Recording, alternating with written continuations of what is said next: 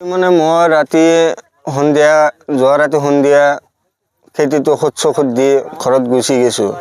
গুচি যোৱাৰ পিছত ৰাতিপুৱা একদম সোনকালে উঠি 5টামান বজাত উঠি আহিছোঁ খেতিত আহি চাওঁ যে সিফালে মূৰত ওলকবি কাটি থৈ দিছে আৰু এইফালে আহি চাওঁ টিয়া কাটি থৈ দিছে, এইফালে আহি চাওঁ মাক্স মিলন কাটি থৈ দিছে, এইফালে আহি চাওঁ জ্বালা খেতি কাটি থৈ দিছে। এইবিলাক দুষ্টকাৰীয়ে কাটিছে। কালি কাটিছে হাসমতৰ, আজি সেই দুষ্টকাৰীয়ে কাটিছে মোৰ। এইগিলা ক্ষতি কৰি আছে দুষ্টকাৰীয়ে।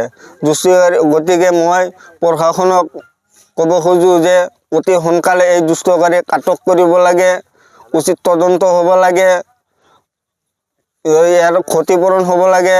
আৰু মুখ্যমন্ত্ৰীক মই এখনটো ক'ব খুজিছোঁ যে আমি খেতি কৰা মানুহ এতিয়া জীয়াই থকা ইচ্ছা নাই, কেনেকৈ জীয়াই থাকিম? আমি খেতি কৰি থৈ যাওঁ, ৰাতি আহি দুষ্টকাৰীয়ে কাটি থৈ যায়। এনেকুৱা কৰি খেতি কৰি কেনে যদি কোনোবাই যদি কাটি থৈ যায়, আমি জীয়াই কেনেকৈ থাকিম?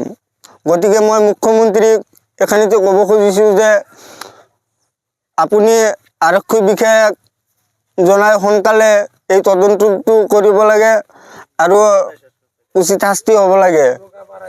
ঠাইখিনিৰ নাম কি আছিল? এইটো ঠাইখিনিৰ নাম বঙালপাৰা মিলপাৰা পাৰঘাট তাপাবুৰী। হয়। কিমান টকা মান ক্ষতি হ'ল? মোৰ ক্ষতি হৈছে 3 লাখ টকামান খৰচ হৈছে আৰু সাৰৰ দোকানতো এতিয়া 2 লাখ টকামান বাকী আছে। মই সাৰৰ দোকানতো পইচা দিব পৰা নাই। এইমাত্ৰ এই ফল আহি আছে, এই ফল বিক্ৰী কৰিহে মই সাৰৰ দোকানত পইচা দিব পাৰিম। এতিয়া মই ক'ৰ পাই দিম? খেতি চব নষ্ট কৰি থৈ গ'ল দুষ্টকাৰীয়ে। এতিয়া মই সেইকাৰণে কৈছোঁ প্ৰশাসনক যে সোনকালে উচিত তদন্ত হ'ব লাগে আৰু সোনকালে দুষ্টকাৰীক শাস্তি দিব লাগে আৰু আমাৰ ক্ষতিপূৰণটো হ'ব লাগে। আপোনাৰ নাম কি আছিল? মোৰ নাম মোহাম্মদ শহীদুল ইছলাম। আপোনাৰ ঘৰ? মিলপাৰা পাৰঘাট চুপাৰ। নিশাই দুৰ্বৃত্ত তাৰমানে তাণ্ডৱ চলাইছে? হয় হয়। এতিয়া প্ৰশাসনক কি বিচাৰিছে? প্ৰশাসনক ন্যায় বিচাৰিছোঁ। এতিয়া উচিত তদন্ত হ'ব লাগে আৰু দুষ্টকাৰীক সোনকালে আটক কৰিব লাগে। ঠিক আছে। নিশা মানে মই ৰাতি গম পোৱা নাই মোৰ খেতি যে এনেকুৱাকৈ কাটি থৈছে। মই ৰাতিপুৱাই মোৰ বন্ধু ইছলামউদ্দিন তেওঁ মোক ফোন কৰিছে। তেওঁৰো খেতি আছে, বেঙেনা খেতি আছে ওচৰতে। তেওঁ খেতিত যাওঁতে চাই যে মোৰ খেতিৰ গছ চব ফালি পৰি আছে। মোক সুধিছে, তই কি খেতিত পানী দিছা নেকি? খেতিৰ গছ যে গোটেই পৰি গ'ল।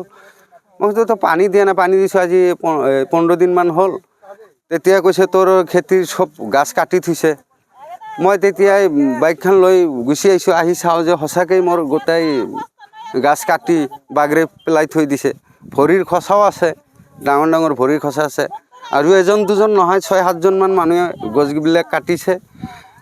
মই ৰাতিপুৱাই খেতিত অহাৰ আগতে এই মাটি যোনে আগতে খাইছিলে তেওঁৰ নাম হ'ল আজিজ বেপাৰী। তেওঁক হয়তো মোক সুধিছে ৰাতিপুৱা যে হাছমুদ ভাই মোৰ খেতিটো মাকৈ গাজিছে না নাই? কাৰণ মোৰ খেতিৰ ওচৰতে তেওঁৰ মাকৈ খেতি। মই কৈছোঁ গাজিছে। মই এনেকৈ কৈ 10 মিনিট পিছতে মই ফোন পাই গ'লোঁ যে মোৰ গছ কাটি মানে চব বাগৰি থৈ দিছে। মই এনেকৈ চাই মেলি আকৌ মই অ'ত ফোন কৰি মই জনালোঁ চবকে। জনাৰ পিছত মই আকৌ ৰামদিয়া থানাত গ'লোঁ। থানাত যাই মই এজাহাৰ এখন দিছোঁ। দিয়াৰ পিছত ছাৰে কৈছে যে না ঠিক আছে, মানুহটো দেখা নাই, যদি দেখা নাই তেতিয়াহ'লে মই বেলেগ এটা প্ৰচেছ কৰিম, সেই হিচাপে মই ওলোৱাৰ মাথা মাৰিম, তুমি টেনশ্যন নল'বা। এনেকুৱা কেছ আগতেও হৈছিল, মই ওলাইছিলোঁ, ছাকচেছ হৈছিলোঁ। গতিকে আশ্বাস দিছে মোক ছাৰে। সেই হিচাপে মই আইনৰ ওচৰত মই উচিত তদন্ত কৰি উচিত বিচাৰ যেন মোক কৰি দিয়ে, মই সেইটোৱে আশাবাদী। আৰু দুখী শাস্তি পাব লাগে।